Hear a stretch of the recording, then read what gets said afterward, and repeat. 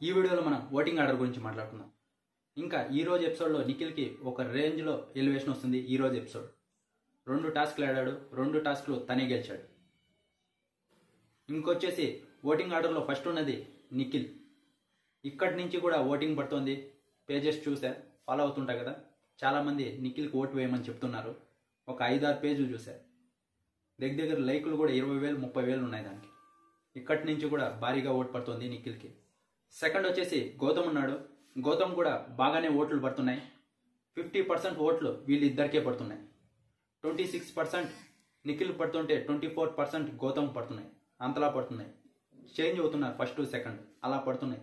ఇద్దరిలో ఒకరు winner confirm, runner confirm. వీళ్ళిద్దరిలోనే, ఇంకెవరు కాదు. ఇంకా థర్డ్ వచ్చేసి ప్రేరణ ఉంది. ప్రేరణ గనక ఒక్కరు చీఫ్ కాకుండా ఉండింటే ఖచ్చితంగా లేడీ విన్నర్ అయ్యేది. చీఫ్ అయి తప్పైంది. నేను ఫస్ట్లో లేడీ విన్నర్ అవుతుంది అనుకున్నా, కానీ చీఫ్ అయి తప్పైపోయింది. అందుకే థర్డ్ పొజిషన్లో ఉంది. ఇంకా నెక్స్ట్ వచ్చేసి ఫోర్త్ వచ్చేసి నబీల్.